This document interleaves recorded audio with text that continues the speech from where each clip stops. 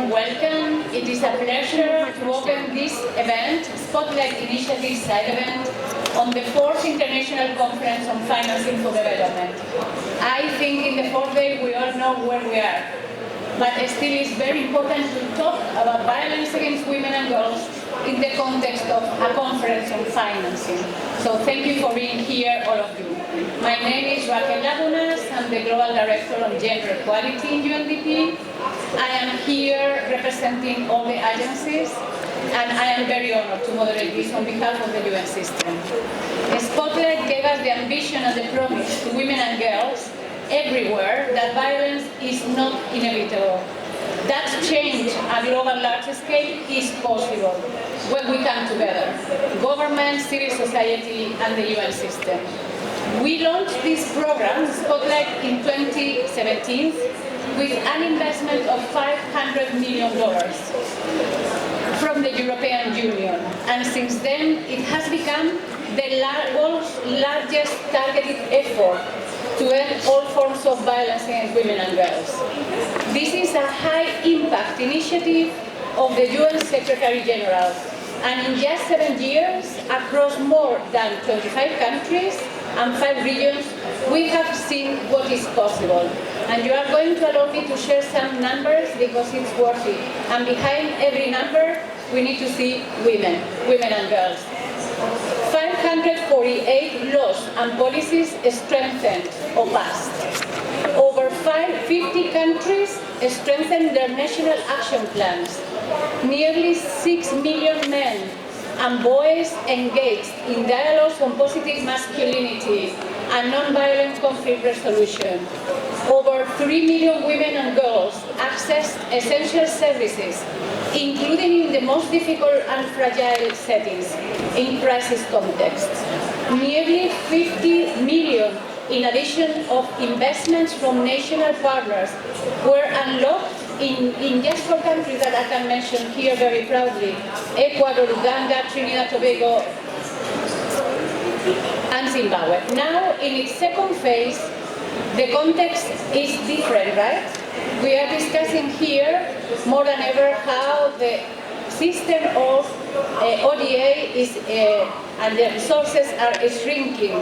So we believe definitely, and in UNDP in particular, that domestic resources, public finance, is at the heart of finding the right investments on violence against women and girls. The conversation that matters today is about resources, is about financing for safety, financing for lives, and it is fundamental to help countries on this direction. To get started, it is my great pleasure to invite Ms. It's really a pleasure. I smile because it's really a pleasure to have her here.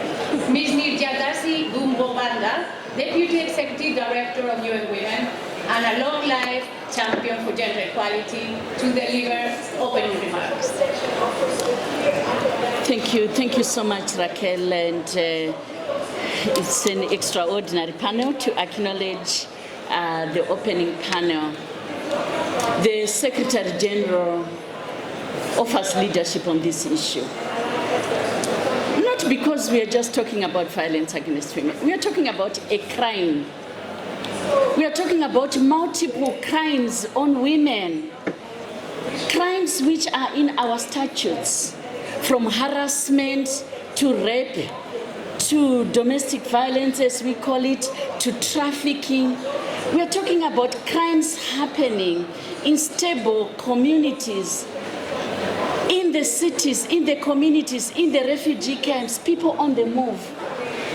This is about the gross violation which is leading to death, femicide, which is leading to death in many instances. So it's a privilege for me, and so important to have this opportunity to be part of the opening on how can we mobilize greater momentum for financing to end violence against women and girls. We are also talking about people in this room. Some of you personally, some of your loved ones, they've experienced violence. This is not an issue removed from us. This is real. We are meeting at a critical juncture. global progress towards sustainable development goals is off track, and inequalities are deepening, and gender-based violence remains a persistent and devastating reality in every country. With the regressions that we see on gender equality and the pushbacks, with the reductions in funding, it also implies an increase to violence against women.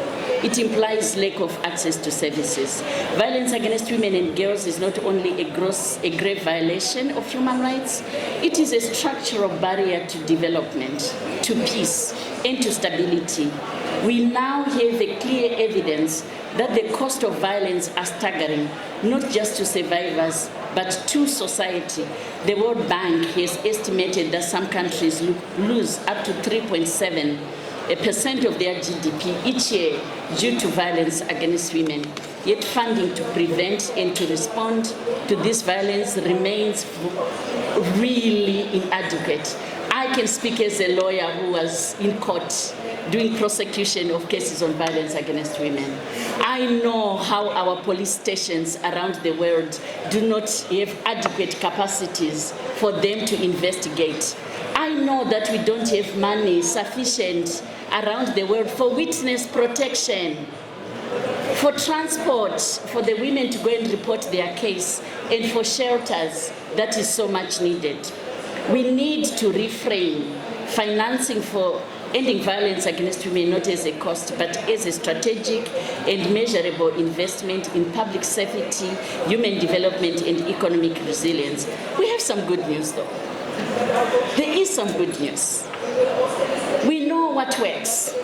Joint collaborations work. Joint UN collaboration works. The spotlight has delivered results and impact. And that when we work together, we have the power to transform the lives of women and girls, and we need to do more, especially in resource-constrained environment. A dramatic increase in domestic resourcing for ending all forms of gender-based violence is critical and is an imperative. As we consider increase the efficiencies across the UN, we need to maintain and prioritize interventions to address gender-based violence and reshape funding. When we talk about prioritizing domestic resourcing, at times it's not just about getting the money. I remember, I know 10 years ago, when I got land, when the organization I was leading, Rosaria Memorial Trust, got land for us to build a shelter for survivors of gender-based violence in my Murewa in Zimbabwe. So at times when we talk about financing, it's more than the shillings and the pesos and the euros and the dollars. It's other ways in which the institutions and the governments can provide the capabilities, the possibilities, the facilities to the women-led organizations in our communities. At UN Women, we are very proud to drive this agenda through the Spotlight Initiative and also through our ACT program and the UN Trust Fund to End Violence Against Women. 1996, as member states post-Beijing in 1995, you decided we need a trust fund to end violence against women. And you established that trust fund as a UN-led, but a multi-donor trust fund and a trust fund that supports member states and communities. In UN Women, we are proud really to be part of supporting this work and part of the UN-wide funding framework to women and civil society organizations. We are in the last day of sunsetting the financing for development forum. We heard clearly that it's not a sunsetting, it's a sunrising of actions. It's a sunrising of implementation. It's a sunrising of lives free of violence, because with resources, with goodwill, with leadership, we can end violence against women. This is a crime. This is unacceptable. We can end perpetrator anonymity. We can end impunity. We can resource access to justice. So I just want to end with an invitation to all of us, an invitation to the UN Commission on the Status of Women next year, CSW 70, is focusing on access to justice, and we'll carry the conversations from here to really build on the access to justice in the discussions. And I think the President of the General Assembly allowed me to extend an invitation and a reminder that the 22nd of September is a high-level meeting of the heads of states and government of this world, focusing the whole day on gender equality, women's rights, and women's empowerment. Let's take this opportunity and we invite our heads of states to be the lead champions, to be on the forefront as part of their own accountability to ending violence against women and to speaking to these issues, both in development, in security, as part of a security agenda and as part of a humanitarian agenda. Thank you so much, and thank you for having us. Thank you so much to you. I don't think I need to explain or even insist in how strong has been the leadership of UN Women, the leadership, the commitment, the passion of UN Women. So thank you so much. I know that everyone matters, every UN entity, but we need to say loudly that we follow you and we are here to support your efforts. Thank you. And let me now move to our next panelist, that is our national partner, Uganda government, a spotlight country that has demonstrated the impact of coordinated action across government to eradicate violence against women and girls. Please welcome Mr. Edward Walugembe, Commissioner for Strategic Coordination and Implementation at the Office of the Prime Minister of Uganda. Over to you, and thank you for joining us. Madam Chair, Excellencies, distinguished delegates, ladies and gentlemen, it is an honor and privilege to bring Uganda's voice this time in the gathering, because the urgency to end violence against women and girls is not abstract for us. It is real, it is personal, and it is national. As we deliberate today, women and girls in every part of the world are still enduring violence that steals their futures and fractures the social fabric of entire communities. The impacts of GBV ripple far beyond individual survivors. It affects their families and communities, leading to long-term physical, emotional, and psychological harm. This violence is prevalent in almost all countries in the world, widely acknowledged as a major human rights and public health issue. But through the Spotlight Initiative, Uganda has shown that change is possible when financing, political will, and community action align. Over the past 5 years, our country has made notable strides. More than 2,600 domestic violence cases were peacefully resolved through community mediation, led by women's rights organizations, elders, and trained government officials. Thousands more survivors have accessed justice, health care, and psychosocial support, often for the first time.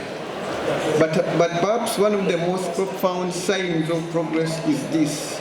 In 2024, 92 girls sat their national ordinary level exams while pregnant. Another 6 did the same for their primary leaving exams. These are more than numbers. They are girls who were once written off, but who now write their own futures. It's a quiet revolution of hope. This transformation reflects the deliberate whole of government action. Uganda's 4th National Development Plan and our gender policy embed gender responsive budgeting as a national priority. We have institutionalized sexual and reproductive health indicators in our national statistics, and critically, as the Office of the Prime Minister, we coordinate the whole of government approach, ensuring spotlight interventions are woven into every sector, every policy, and every level of service delivery. But we also recognize what still lies ahead. Let me highlight some of the areas that need action. strengthening legal frameworks, policies and institutional responses, addressing root causes of gender-based violence, and promoting prevention programs. Fiscal pressures are tightening even as the need for survival-centered services grows. That's why from this global stage, I wish to reaffirm 3 commitments. First, Uganda is strengthening domestic resource mobilization to fund gender-based violence prevention and response, not as an add-on, but as a core pillar of national development. Second, we will continue to champion the leadership of civil society, especially grassroots women organizations, because they are not only implementers, but change makers. This definitely calls for supporting women's economic empowerment. Other areas actually will include enhancing accountability, engaging men and boys, raising awareness, and changing norms.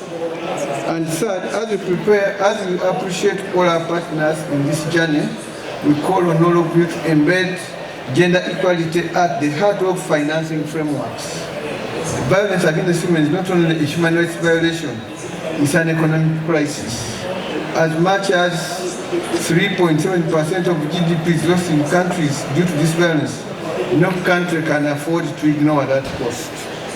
Ladies and gentlemen, the Spotlight Initiative has shown us what is possible.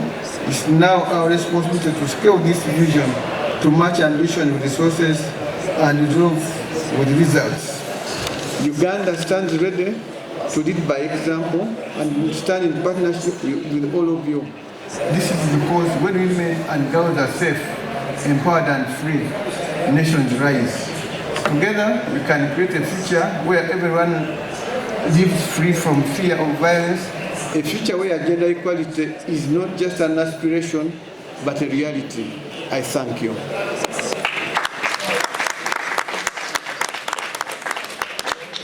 Thank you so much, Mr. Walugebai, for your remarks.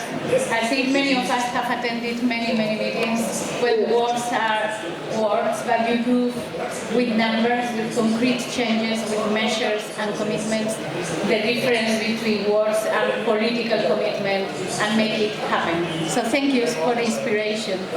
And now I am very honored to move to Ms. Dubravka Suika, European Commissioner, for a recorded message through a video. Thank you. Dear participants, thank you for your kind invitation to open this UN Spotlight initiative. It is an occasion to reaffirm our collective commitment to achieving gender equality, a vital driver of sustainable development. The European Union goal is to contribute to creating a world where every woman and every girl can live free from violence and discrimination.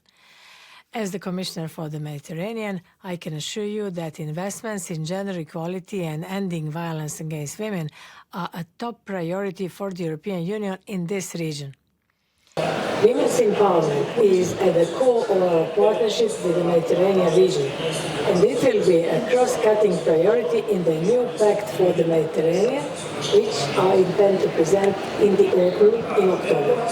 Concretely, the European Union already supports women's economic empowerment in the Mediterranean region, and women's engagement in the economy offers a great opportunity to boost growth in the region, as closing the gender employment gap would drive up GDP by nearly 60%. The European Union works closely with partners in the region to boost women's economic participation through entrepreneurship and participation in the labor market, access to finance and job creation. We work hand in hand with public authorities, financial institutions, the private sector and civil society. And we join forces with international organizations such as OECD and UN Women, but also with the EU member states in a Team Europe approach. The United Nations system is at the core of this global effort, and the UN Spotlight Initiative is a key example of that. The European Union has been a major contributor and partner of the UN in the setting up the Spotlight initiative. Spotlight leverages the power of collaboration between governments, organizations, civil society, and the private sector to end violence against women and girls. We very much support this comprehensive whole of society approach because true change requires united action from all sectors of society. Collective action to end violence against women and girls must continue. Dear participants, I wish you a successful event with precious moments to strengthen your collaboration.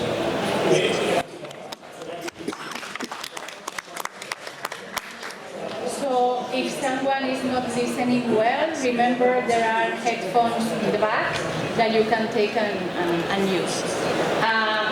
I wanted really to acknowledge, on behalf of the Spotlight, their vision, express how deeply we value our partnerships with them and how deeply we value the trust that they transfer to us and to governments. So I really wanted to emphasize this. Now I am very honored to welcome a leader who works at the intersection of sport, safety and social change, is helping to change institutions and shifts mindsets that is even more difficult. Please join me in welcoming His Royal Highness Prince Faisal Al Hussein of Jordan, Chair of the IOC Safe Sport Steering Committee, whose leadership reminds us that every sector matters.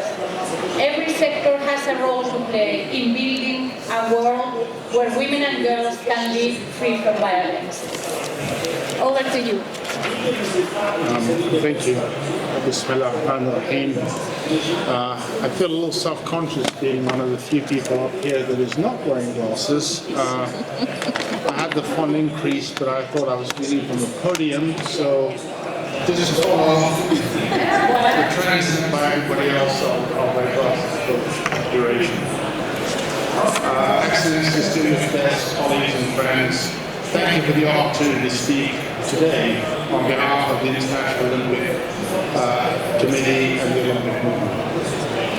The world is facing a crisis of development. While the Sustainable Development Goal remains our shared roadmap, progress is stalled, and in too many places it is reversed. One of the most persistent and deeply rooted challenges we face is violence against women and girls. Violence against women and girls is not only a violation of human rights, it is a major barrier to development. And it is a challenge that no sector, no country, no institution can afford to ignore. But in this urgent need, we must also recognize the tools we already have. Tools that are evidence-based, cost-effective, and already changing lives. And sports is one of them. Sports affect both the best and sometimes the hardest parts of society. Violence happens in and through sports, just as it does in many institutions. But violence can also be addressed in and through sports. When sports is safe, value-driven, and embedded in broad preventive and protective systems. Through Olympus 365, the IOC strategy to strengthen the SDGs through sports-based programs, over 550 initiatives in 175 countries are already in place, reaching tens of millions of people. These programs help advance gender equality, education, peace building, and protection, including efforts to challenge harmful norms and prevent violence against women and girls. The Safe Sport Regional Hub Initiative builds on this work. It brings together governments, civil society, health, and sports actors to co-create locally relevant solutions for prevention, response, and long-term system change. The first hub is being established in Southern Africa and in the Pacific Islands. These hubs are designed to work closely with civil society organizations, including those that provide safe, special support to women and girls affected by violence, such as shelters, survivor care services, and community-led programs. Many of these organizations, especially those led by and for women, are already doing vital work. Yet they continue to face barriers of long-term sustainability, even as demand increases. A long-standing collaboration with UN systems, covering multiple joint programs in areas across the SDGs, continue to be a valued and strategic part of our work. These partnerships reflect a shared commitment to advancing global development through collective effort. Most recently, our partnership with the UN Spotlight Initiative reflects a shared commitment to ending violence against women and girls, building further on our long-existing long-term partnership with UN Women. Spotlight and the IRC are working together to expand sport's contribution to this goal through joint advocacy, frontline capacity building, and support of communities to organize using sports in the prevention and for education. This partnership reflects a simple truth. Sports alone cannot solve violence against women and girls, but it can be a powerful driver to change when connected to broader systems of justice, protection, and empowerment. So I offer this challenge. Are we ready to invest, not just in sports, but in partnerships and leaderships that drive real, lasting impact? Let us act with urgency and with a shared sense of purpose. The motto of the Olympic movement was stronger, faster, higher. In 2021, we added the word together. And together, we can achieve this. Thank you very much.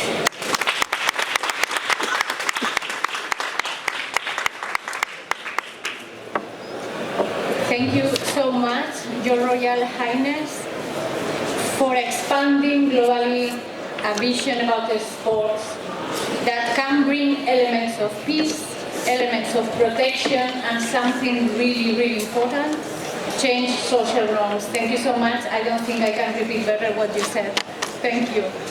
Let's move now to an actor that really lies at the very heart of the spotlight. And it is civil society. It is them, the one who holds accountable governments, the one who drives innovation, the one who holds the knowledge and know very well how things are happening on the ground. They are anchored in the reality of the lives of women and girls.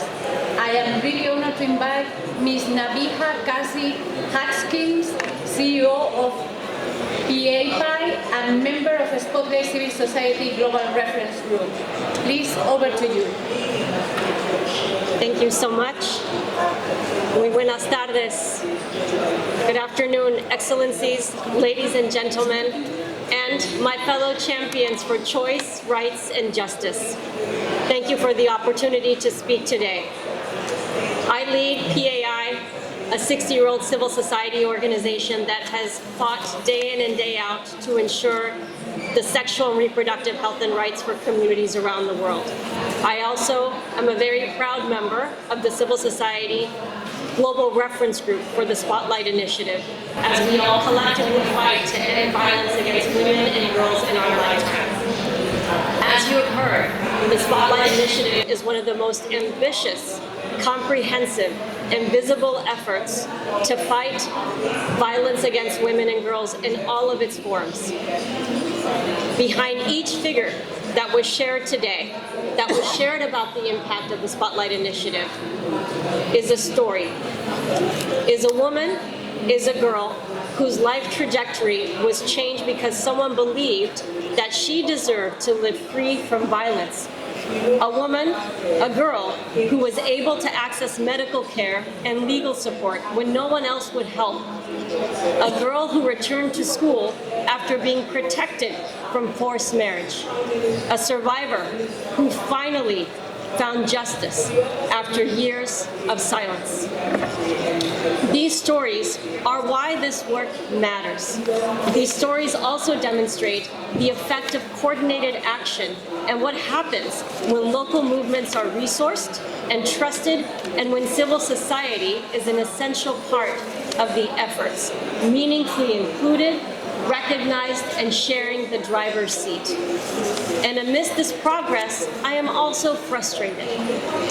I see the intimidation of civil society and the growing risk that comes with the shrinking of civic space, stalled political will, crushing debt repayments, chronic underinvestment, coupled with new and consequential reductions in ODA, and so much more. So today, as we meet on the final day of the Financing for Development Conference, the question before us is not what needs to be done. That part is clear. The question is, what will it take for the global financing architecture to finally prioritize ending violence against women and girls in budgets, in policies, and in practice? We should not have to justify why women's safety and autonomy matter. We should not have to plead for our rights to be prioritized, to be funded, to be protected. And yet, we find ourselves doing just that, justifying and case-making over and over and over again. Spotlight Initiative has shown us what's possible. That is why I'm so proud to be part of the Spotlight Initiative, why PAI is so proud to stand with colleagues and advocates around the world who are advancing its mission and mandate. We know what's possible, how sectors can collaborate. We know what's possible when we see the impact of the programs. We know what's possible because when programs are co-designed and they follow principles of human rights, meaningful engagement, accessible and accountable funding mechanisms, and putting outcomes for women and girls at the forefront, we progress, we win, we are better. Our work with Spotlight and the work that civil society does day in and day out to fight for rights and justice must be replicated, and it can. As the multilateral system undergoes significant reform, as national budgets are being renegotiated and negotiated, as programs are reimagined, and as the world strives to do more with fewer resources, our work can be replicated. We do not need to start from scratch. To accelerate progress in ending violence against women and girls, we must do 5 core things, and I'm sure there are more from the brilliance in this room, but what stands out to me: first, center rights-based approaches that uphold dignity and autonomy and equity as the foundation for all interventions. Second, protect and expand civic space. Rights cannot be realized when civil society is criminalized, when defenders are threatened, and when feminist movements are forced to fight for their own legitimacy. Third, close the financing gap by making long-term core flexible funding the norm, not the exception. Fourth, embed prevention and independent accountability mechanisms into every aspect of governance that affects the health, rights, and prosperity of women and youth, from education to healthcare to social protection, labor, infrastructure, and so much more. And last but not least, resource what works and make no apology for ambition. I know that everyone in this room shares a common commitment to build a financing system that reflects the world we want and that women and girls everywhere deserve. Civil society is ready. We've always been ready. The question now is whether those who hold the power and hold the purse strings are ready to listen, to share, and to act. We in this room and our allies must ensure they do, because when we get it right for women and girls, we will get it right for the world. Thank you very much.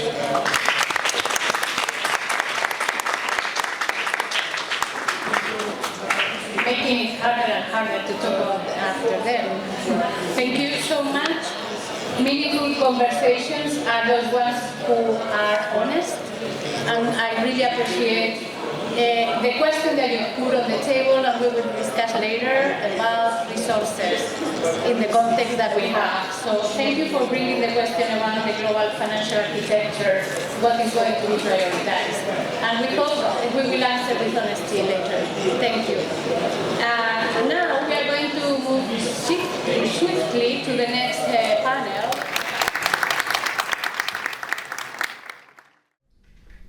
I am grateful for the opportunity to contribute to your discussion today.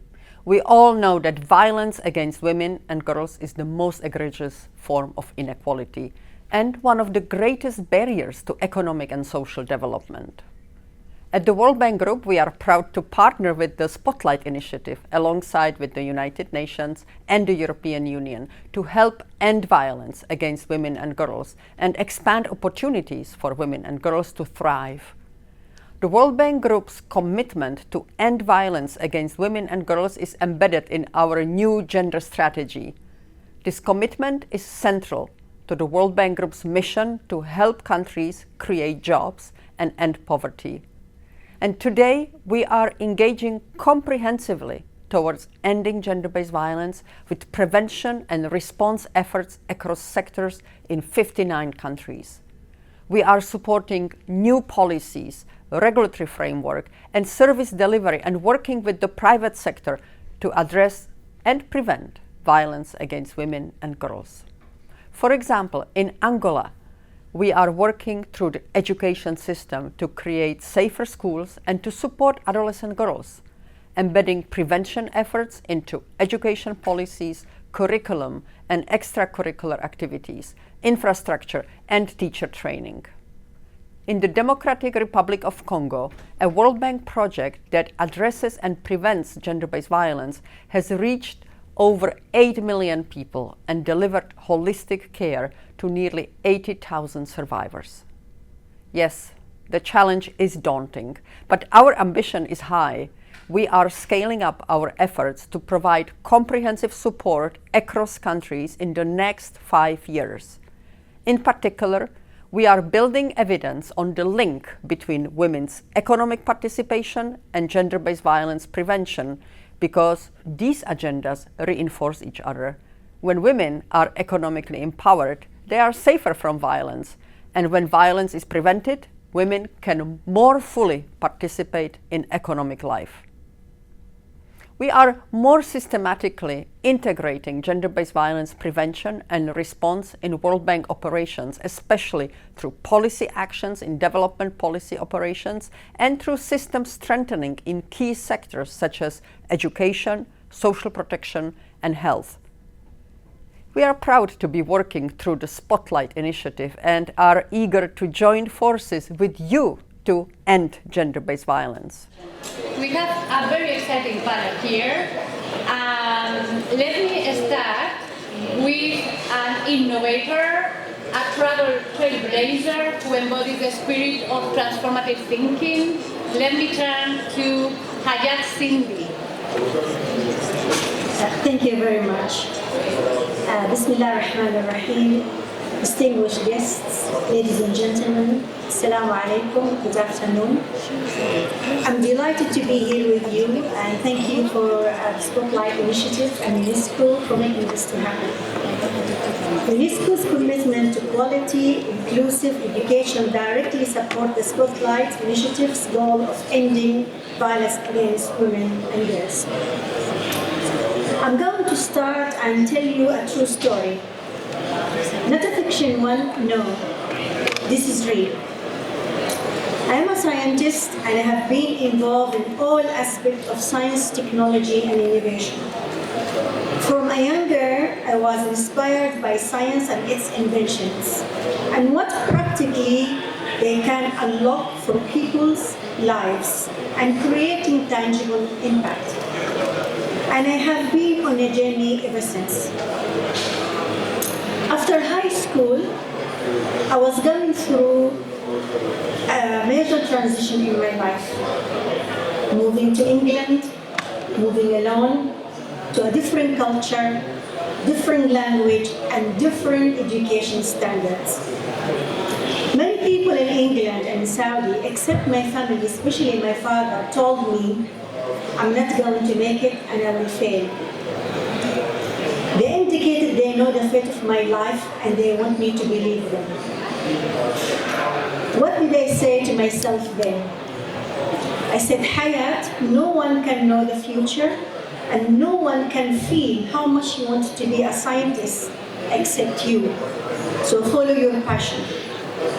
I said, Hayat, the universities are full of human beings just like you. So trust yourself, be confident.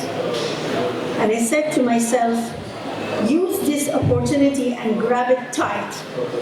Do not let go of your dreams. And then what happened? I graduated with honors in pharmacology from King's College University in London. Life, of course, doesn't stop here, and you will face another type of challenges. Some people will always demotivate you, directly or indirectly. They can have an opinion about everything you do or you have done. The way you talk, the way you dress, where you come from, and what you want to be in the future. And it's very easy to fall in and adopt the same way of thinking. But I said to myself, look at this differently, embrace the beauty of differences. So see this as the color and power of various cultures. Rich with many opinions of life, and be who you are, be proud of your identity. Then I was lucky to get full scholarship from Cambridge University to do PhD in biotechnology. But of course, it was challenging. It was and still is a male-dominated field. They told me I'm only going to last 3 months. Well, I graduated and I was recognized scientifically and internationally, received many offers and prizes from most prestigious institutions, labs, and companies from around the world. Even after I finished my PhD from Cambridge and I went to Harvard, I wanted to bring science and society closer together to help the community to be filled with power of innovation. But there is often resistance. With Harvard, I wanted to deliver a low-cost health diagnostic tool to the needy. But people will still stand and try to deviate you from your goals. They accuse us of not doing science. So I said to myself, if I truly believe in the power of innovation, the fire of imagination to raise life to the highest standard, if I do embrace social innovation, catalyzing science in society, do not stop. I must continue to capture this benefit for the poor. Guess what happened? After 2 years working hard at Harvard Business School with my science and business teams, brightness emerged. We won Harvard's first prize in social innovation and MIT's 100K first prize for introducing an innovation pathway out of the box to save millions of lives. No team before us has ever won both these prizes in the same year. Science for me is unlimited, so what we can do and achieve for civilization is unlimited. As a child, I waded through dusty books looking for female hero in science, but I couldn't find any woman that looked like me. I was fortunate to have a supportive father, but this is not always the case. This is why I am committed to supporting women and girls around the world. We need to engage women to drive the scientific direction. Today, only 30% of the world's researchers are women, and only 1 in 5 countries has achieved a gender balance. So we were not only losing out by a huge margin to society, but science and society is out of balance without the injection of women's creativity, empathy, and vision. And here is an example of the benefit. When airbags were introduced, they were designed by largely male team of decision makers. And although these airbags protected men in accidents, they resulted in avoidable deaths for women and children. Not until we had women in the team designing the airbags, the designs of side airbags were made, protecting women and children as well as men to save more lives. So with the right tools, leadership, and the right spirit, change is possible even if people will try to stop you. So let's make this change for good. It's happening now.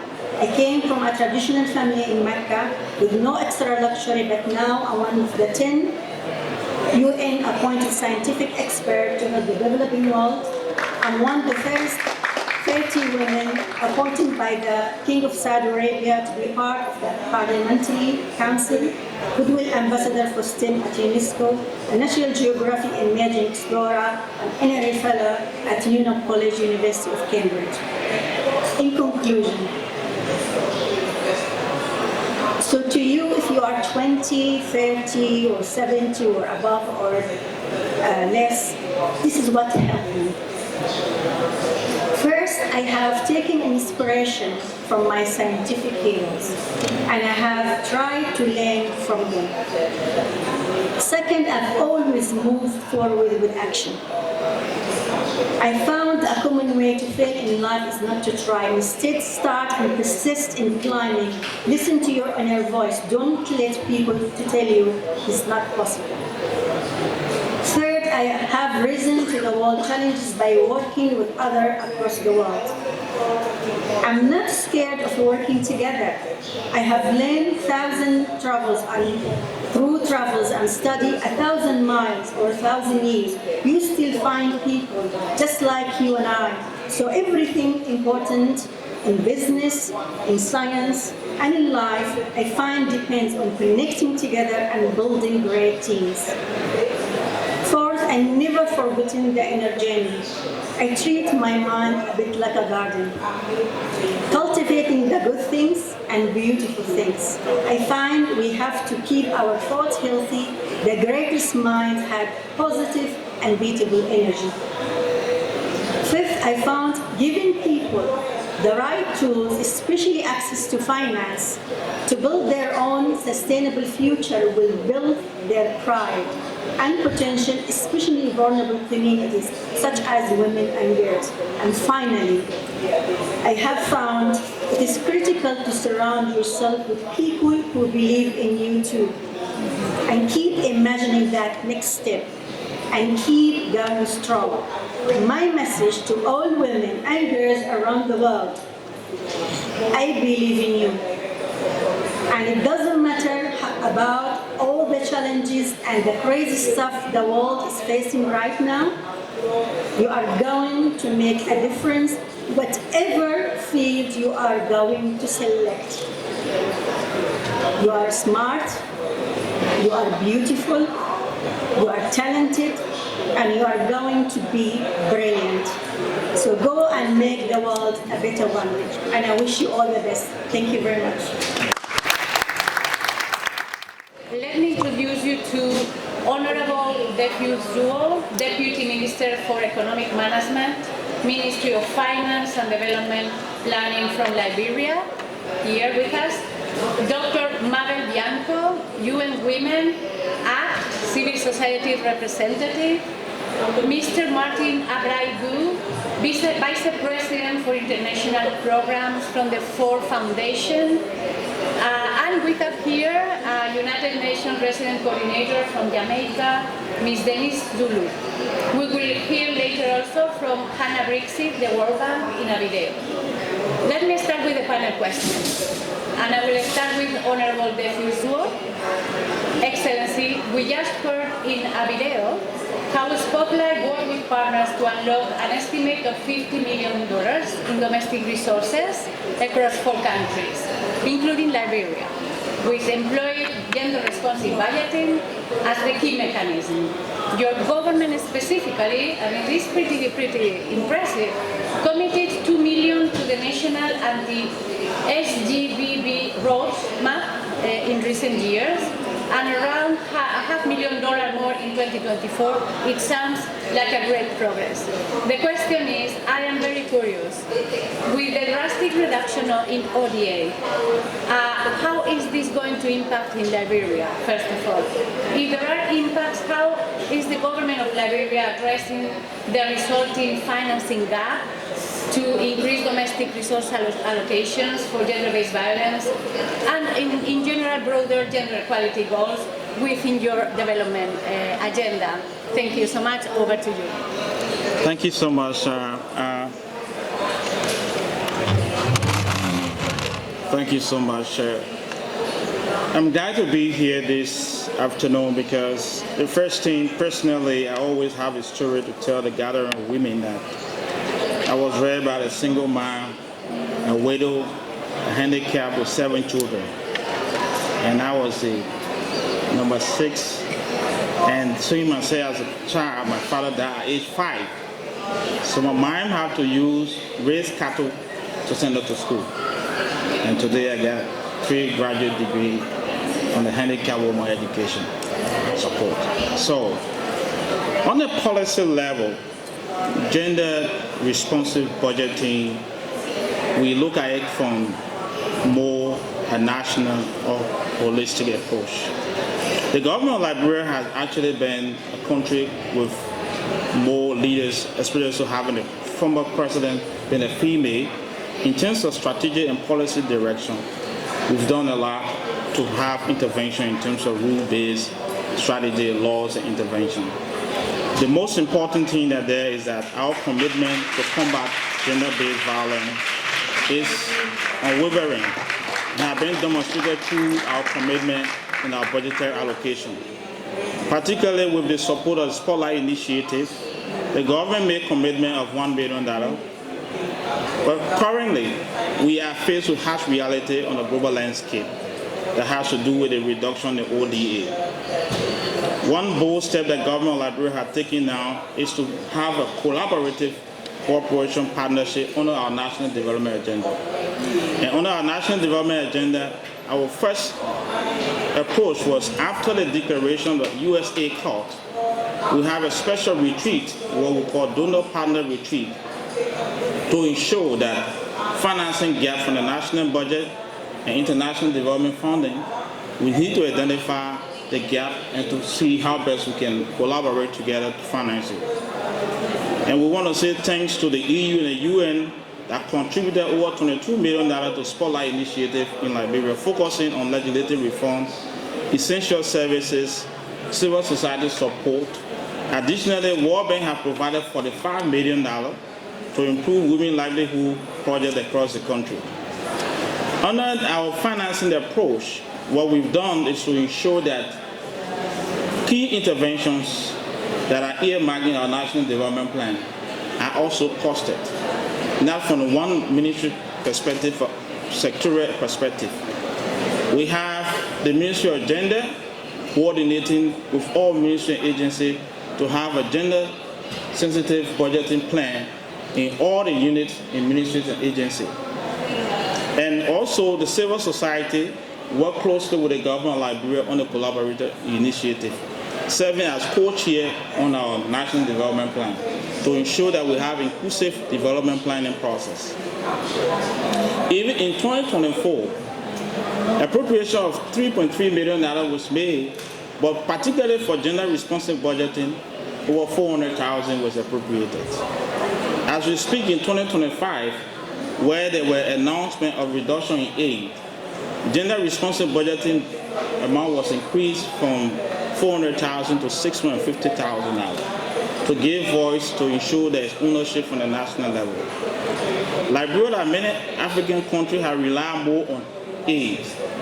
But one challenge that we have right now is to see that there should be a drastic action by all SOEs, meaning state-owned enterprises, to ensure to provide support in terms of corporate social responsibility, to give assistance to gender-responsive budgeting, and to also make allocation for gender activities in all ministries and agencies. Overall, the situation has actually prompted us as a country to come up with a drastic and accurate way of saying we need to look inward. As a government, we have started domestic financing strategy that's targeting more on getting the tax administration efficiency. In terms of transparency, the government has ensured that auditing is going on where there will be combating of corruption, making sure that officials are more accountable. The assets coming from corruption activity will be directed to financing government activity.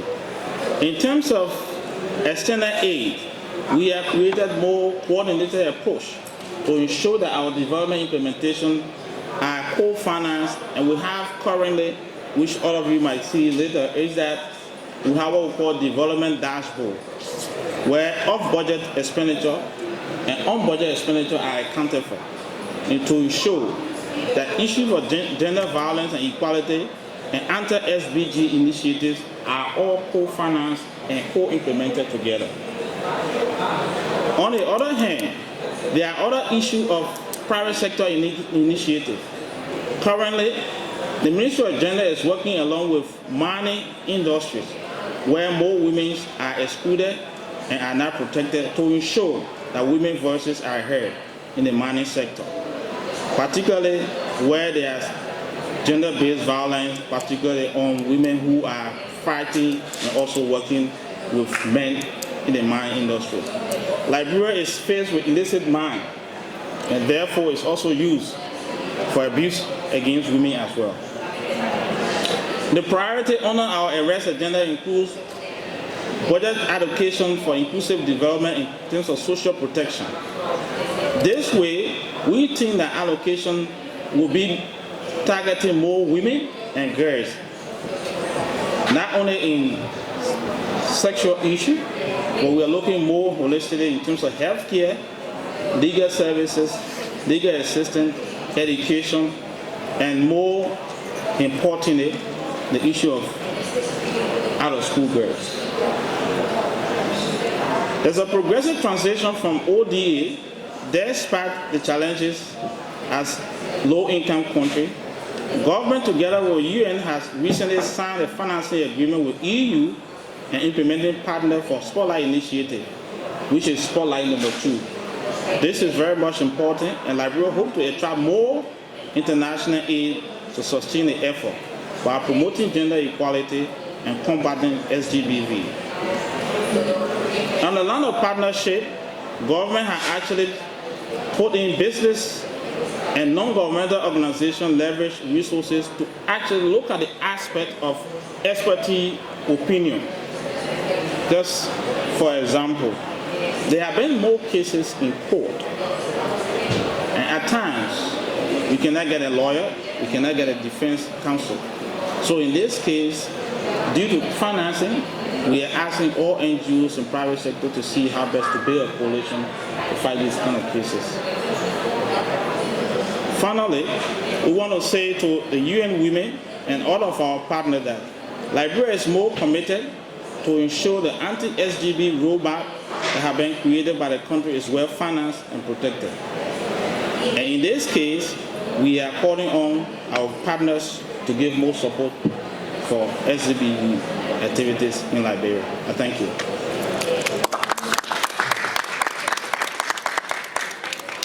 Thank you so much.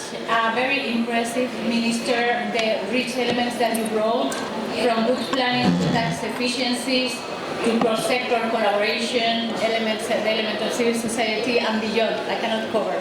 So thank you, and thank you for sharing also your personal, where do you come from? We will not forget it.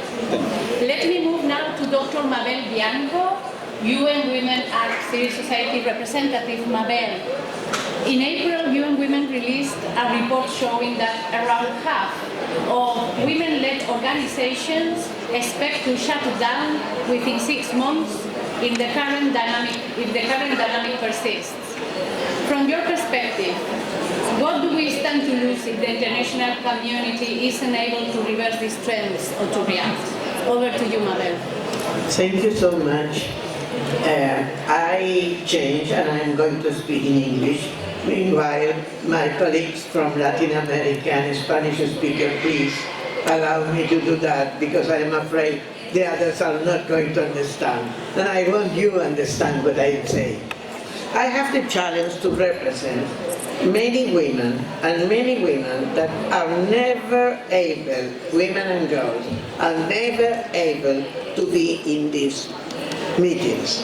They have no voice even at their country level. So imagine to be here. So we have this possibility, we have the obligation to bring here their voices.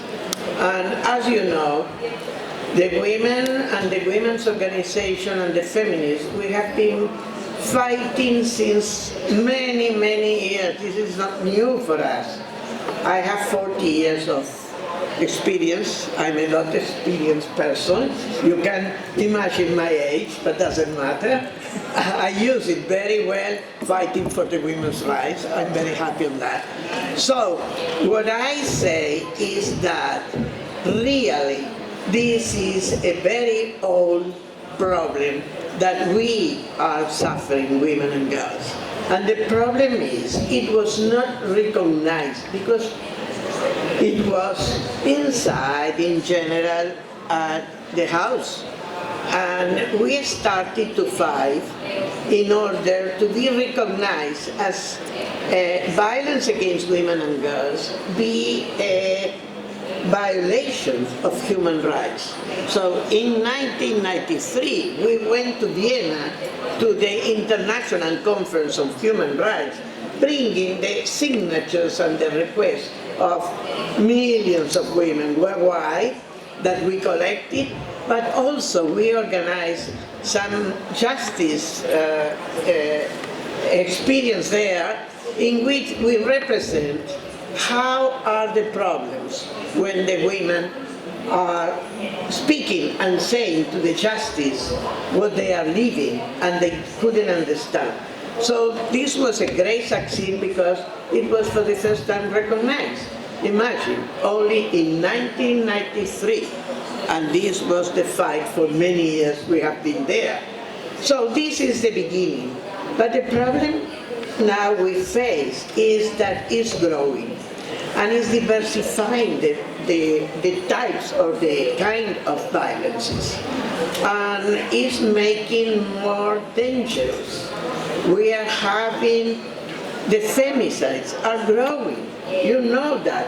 Everywhere, violence against women or gender-based violence has no recognition of class, economic status, or nothing.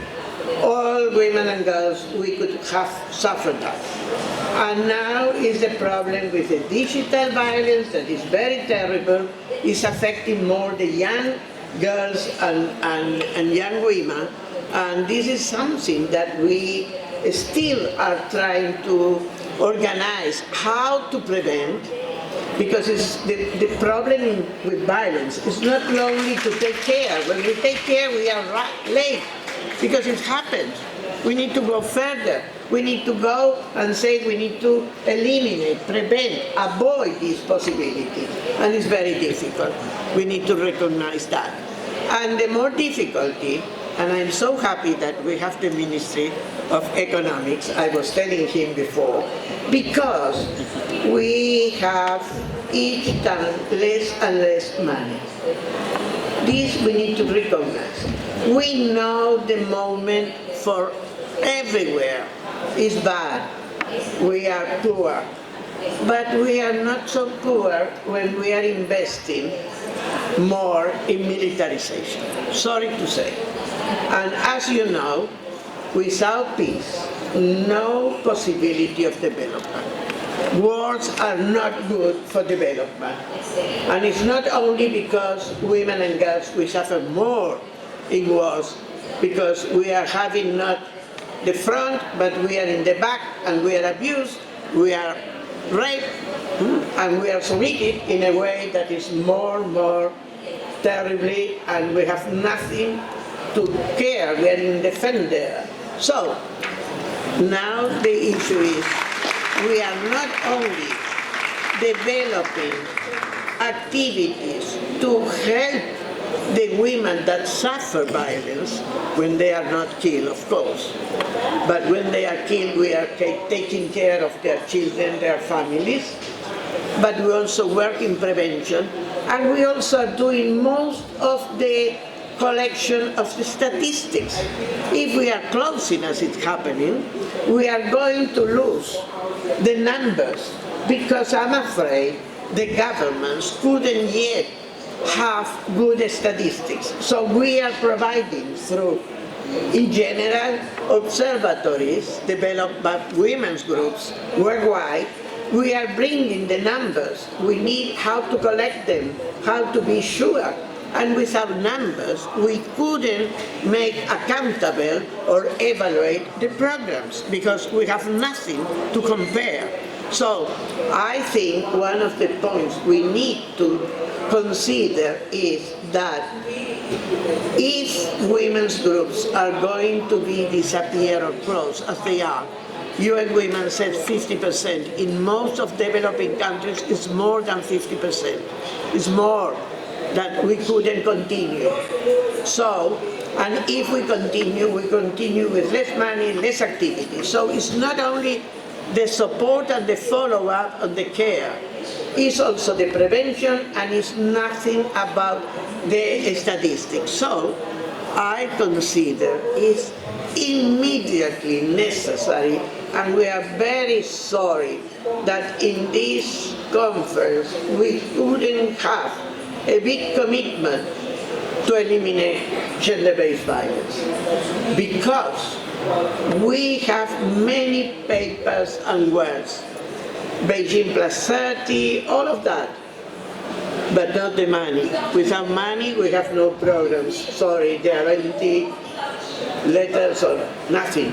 So it's a pity that this was not recognized. And here, this is something that we are claiming, and we are continue fighting, because you need to recognize that this is a problem, and you are investing so much in arms, in militarization, and this is not the way to solve the wars, sorry to say. Violence is bringing more violence, and this is a rule very terrible, and we know in our lives. So only say we need to stress it. Us, as women's groups, we need to review and be using better the money. But we need the money, please. And we are working together with the governments, because governments alone couldn't solve that problem. Hope we are going to find the money. Thank you.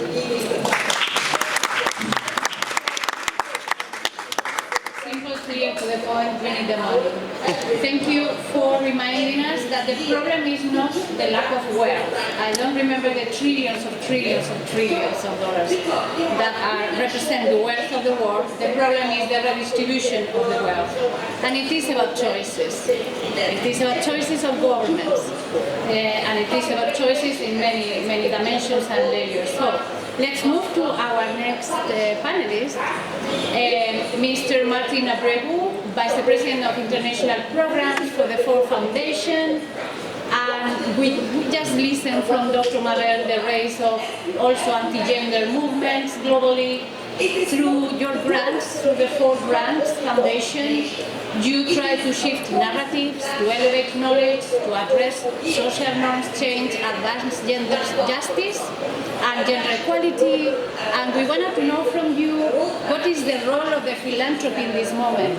We recognize philanthropy alone cannot never fulfill the gap, the financial gap. But how is the Ford Foundation confronting this reality? Beyond resources, we are curious also to know if you are discussing this with other foundations, trying to put resources together or not. So over to you. Thank you. Thank you so much for the invitation. It's such a great pleasure to be here having this very timely conversation.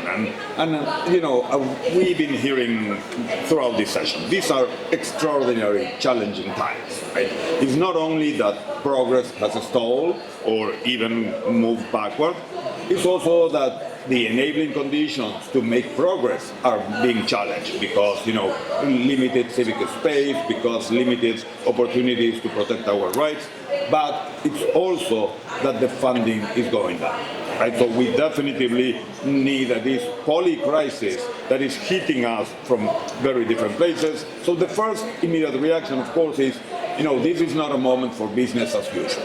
Okay? We need to be thinking together about how we are going to be responding to the multiple challenges that we are facing right now.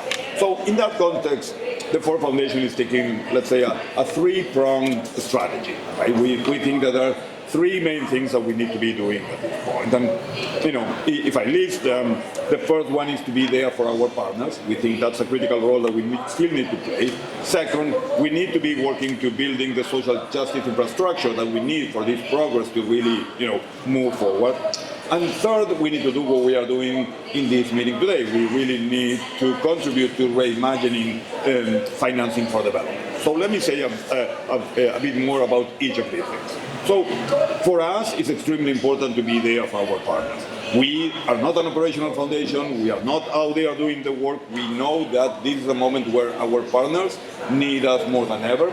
That's why, you know, we are recommitting to long-term, flexible, and core funding. So mostly through our BUILD program.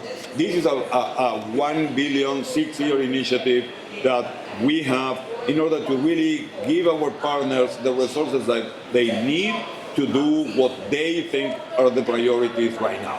We don't think that we have the answers. We think that the answers are out there in the field, and that's why we think that that kind of funding is the one that is going to make the biggest difference, rather than any kind of targeted goals that we can identify.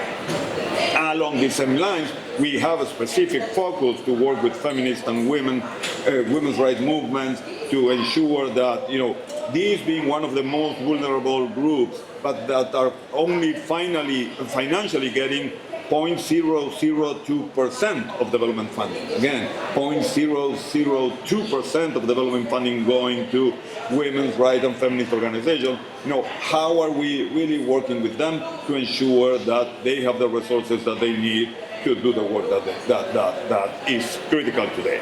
So that's step number one, being there for our partners. Step number two is this question of building the social justice infrastructure that we need in a moment like this. And, you know, this is not the same social justice infrastructure that we needed 30 years ago. We need a social justice infrastructure that, A, can be nimble enough to respond to a moment like this. It's not it's a moment that requires a lot of flexibility, imagination, creativity, and, you know, what is the infrastructure that is going to allow us to respond to that way? Two, it's a moment where we need social justice infrastructure that is basically leveling the playing field between the North and the South. So it's critically important for us that that infrastructure is built in the South mostly, because we know that in the North they have other resources. And thirdly, of course, we need to have a specific social justice infrastructure that is about gender justice, that is about, you know, combating gender-based violence. So, you know, as a foundation, we have several initiatives that are working on this. We have our initiative around Weaving Resilience. We have our initiative with indigenous peoples and local communities pledge. You know, we have been working with funds within the feminist and women's rights movement. And all of this is part of this idea that a new social justice infrastructure is needed, that it needs to be focused on the global south, and that it needs to have the capacity to respond to movements like this.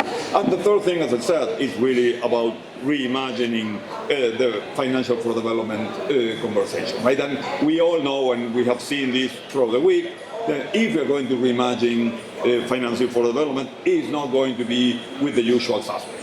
Right, like we need new ideas, we need new key players, and that's where the foundation can come in. Not because we have those ideas, not because we are those key players, but because we have the capacity to actually help those who have those ideas, that need to be part of these conversations to be present here. This is a moment for radical imagination, not radical in terms of radically politically, but radical imagination in the sense that we know that we don't have the answers.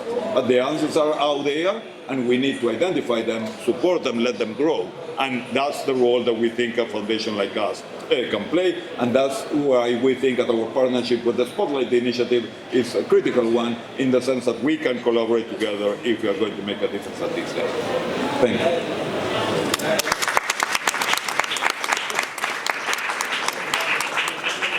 Thank you so much for the passion, that we can feel it there, and the commitment. We take with us your sentence about we will be there for our partners. So thank you so much. And maybe we can also flag the point that you made about radical imagination.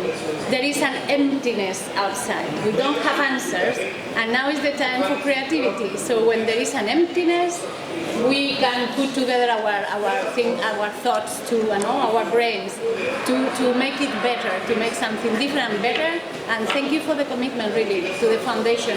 For foundation, flexible co-resources, non-earmarked, are fundamental for the South.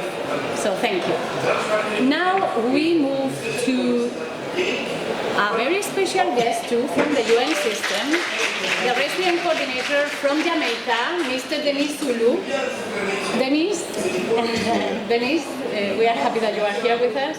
In the Caribbean, where you work, poverty remains a persistent challenge, exacerbated by economic shocks and natural disasters.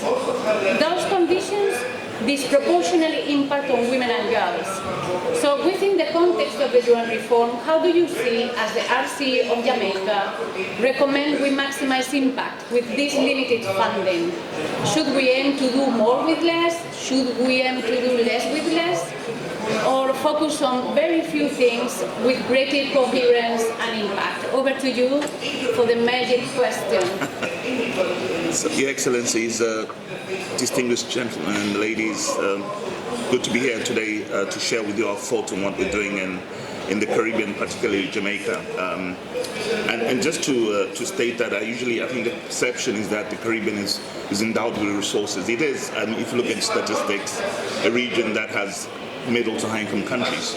But in actual fact, this does not reflect in the way things are run and the difficulties the countries face in terms of access and limited fiscal space, largely because of their vulnerabilities to climate change and the persistent hurricanes and weather patterns that you consistently hear of. So as a result of this, what we've decided really is to see how we can do few things, but with greater coherence and impact. That's our approach. Do few things, greater impact and coherence. And therefore, within the framework of the UN reform, we've realized that it's imperative to maximize impact through strategic alignment, system-level change, and national ownership. And let me just emphasize the last part, national ownership, because in a lot of cases, as development partners, we come and do things without necessarily bringing on board the partners who are important. These are the people who own the country and the people who live in the country. So national ownership is critical. And as I said, as a result of ensuring national ownership, we tend therefore to have and involve them in fewer high-impact interventions that are fully embedded within national priorities and systems. So for example, integrating gender-based violence prevention and response mechanisms into core health, education and justice services. So you try as much as possible to get these things done within the national vision documents, within the national planning frameworks, and also within the national program. That's one way of doing it. And to achieve this, really, we must leverage joint programming of the UN. I lead a United Nations system in Jamaica with 21 agencies, and it becomes a bit worldly to come and bring everybody together to achieve the results that we need. So how do we go about doing that? That we're working together, identifying priorities, and therefore focusing the resources, the limited resources that we have, to be able to achieve these outcomes. So therefore, the Spotlight Initiative is a great opportunity for us to be able to showcase how we can work together and really contribute to the reduction of violence against women in the world, in Jamaica. And for interest's sake, those of you who want to know what's going on in the Caribbean, look out for the statistics on women violence. Jamaica is one of the top countries in the world that have the highest levels of homicide against women.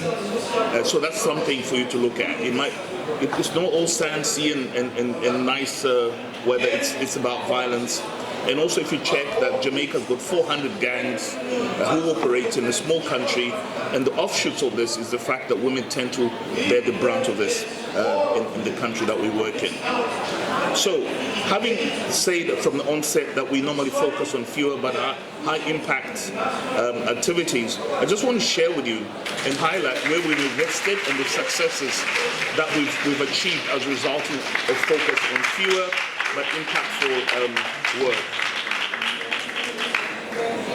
So, policy and legal reform, very important to have a legal and policy environment and regime that takes into account the needs of people who are working against violence against women to operate in.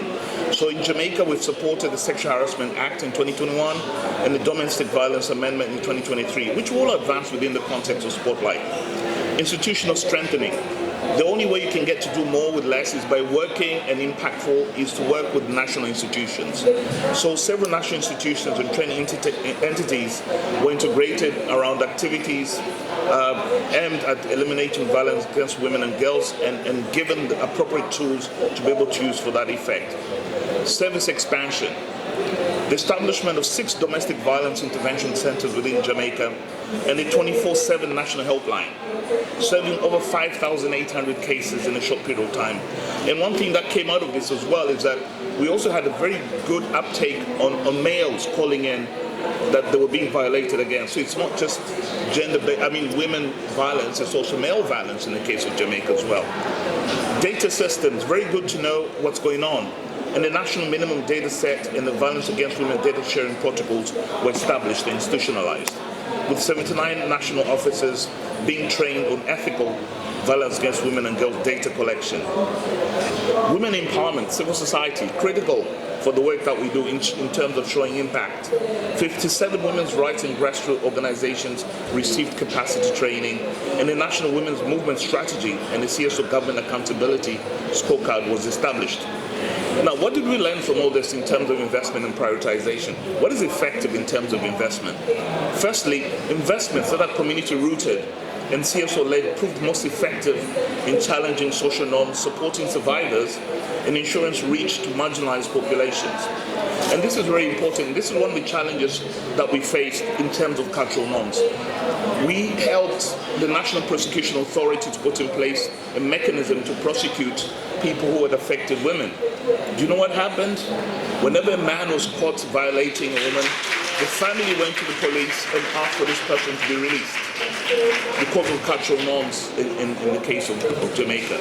So you're basically working against the efforts that are being directed towards reducing and penalizing those who actually practice gender-based violence. A multi-sector investment in institutional coordination, especially in the police, health and justice systems, laid the groundwork for a coordinated national response. All these are very important in terms of their role in eliminating this vice. And lastly, dedicated funding towards data and evidence generation, because we consist on the need to get the data that will inform us and as well as inform government policy on this. So having learned this, then looking forward, investment priorities for system level change. 1, sustainable financing, which we're discussing here. Institutionalization of helpline shelters and coordination needs money. And mechanisms demand long-term budget commitments. So working with government and ensuring this is embedded into the national budgets will help, and this is what we need to be looking for. Digital innovation, using applications, IT and all that, to be able to give those who are affected or those who are violated against the ability to be able to communicate in a very confidential way is something we need to look at, and look at how technology can support us, especially with artificial intelligence taking a scene now. Youth and prevention-focused investments, working continuously with health and family life education systems, media partnerships and faith-based dialogues targeting boys and men to educate them about the violence against women, and for them not to get involved in this is very critical. And lastly, strengthening the national gender architecture, because this really is the backbone of all the work that we do around gender and its violence. So for us, the Spotlight Initiative has shown us what is possible when we invest in the systems, institutions, and movements that protect women and girls. Our next imperative, therefore, is ensuring that these investments are not one-off, but part of a sustained commitment from each one of us, both fiscally and politically, to end gender-based violence in all its forms for all people everywhere. And thank you.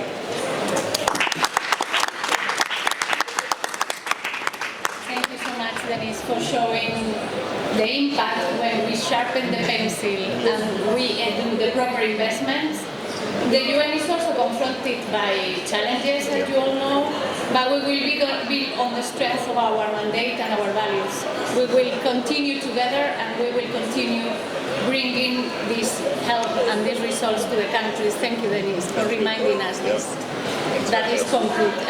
We are running a little bit out of time, but we have two very interesting people here. I wanted to give, if you bear with us and stay 2 more minutes, 3. We have a special guest, the Minister of Women Affairs of Zimbabwe, Honorable Monica Muzbangwa. She has exactly 1 minute before our closing remarks. Thank you very much, and I realize we don't have much time, but I'm just privileged to have attended this very special side event at a very important conference. I must say I'm a beneficiary, I'm a minister in charge of women affairs, so that means I'm in charge of making sure that there's gender equality and women empowerment. And budget. One of the social evils in our society has always been gender-based violence. So the Spotlight Initiative did come at a very right time. It helped us build what we call one-stop centers. What it means is gender-based violence victims can now go into one center where there is police, where there is a lawyer, where there is a counselor, where there is a nurse, to make sure that they don't have to look around for, because sometimes gender-based violence survivors, some of them even die because there's no one to help them. So we are saying what we need is global financial structure, which actually put targeted resources to gender equality. It has helped bring down gender-based violence in my country. We've got 18 of them in 18 districts, and yet we've got 67 districts. In all 18 districts, gender-based violence is actually going down. So one-stop centers, which were brought by the Spotlight Initiative together with my government, has really helped us to bring down the numbers of gender-based violence. It's important, it's smart to put money for gender equality. It is not just a human rights or social justice issue, but it's an economic development issue. Thank you. Thank you so much. Thank you, Minister, for leading this work. So, and now we move to the closing remarks. We have here with us Ms. Ugochi Daniels, Deputy Director General for Operations of the IOM. So over to you for the closing. Thank you. And thank you very much. I know we're over time, so I'm going to be really, really quick. It's a real honor for the UN Migration Agency to have the opportunity to close this event. I'm not going to go into the data on the gender-based violence that migrants experience, because as horrible as the data is that we've heard, for migrants is 3 times that. And yet, this is a panel about solutions, and we've heard from a diversity of stakeholders. We've been inspired by personal stories. We've heard about government commitment. We've heard from philanthropies. What we haven't heard about, and yet, this is what is financing SDGs right now, are remittances. Remittances last year were $1 trillion, 3 times more than international development assistance and foreign direct investment. Not just are they $1 trillion, remittance recipients are predominantly women, and they're using remittances to fund health, education, repairs for homes, and building household safety. So there is financing there, particularly at the community level where it is needed most. What we need are all of these solutions that we've heard about at the community level. And all of the services that we've heard about, whether it's through governments or through civil society, in many countries, migrants have no access to these services.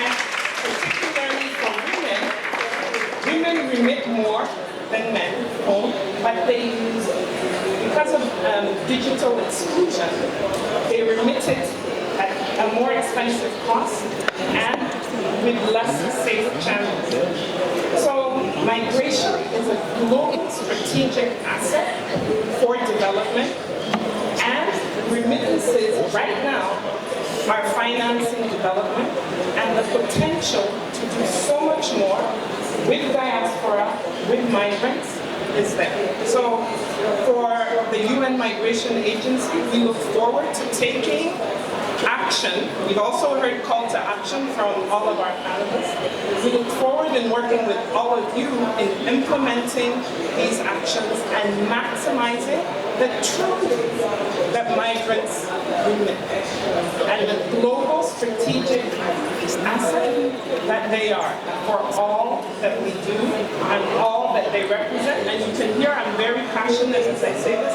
I'm a migrant who fled my country during the Civil War. And yet, here I am, speaking to all of you as the Deputy Director General for Operations for IOM. So I thank you. Thank you so much for your words, and it has been really a pleasure to listen, bring in another stream of useful resources and hope. I am closing here. Deep gratitude to all of you for your time, for putting your brains, and for coming here and supporting us. Thank you to the Spotlight team. Erin is here. Andrew, thank you so much. A lot of work behind. I wish you a really productive conference. Follow us, of course. No, that's what the last invitation. Stay connected. Visit our website. Follow us, and we will continue this conversation. Thank you so much. Thank you.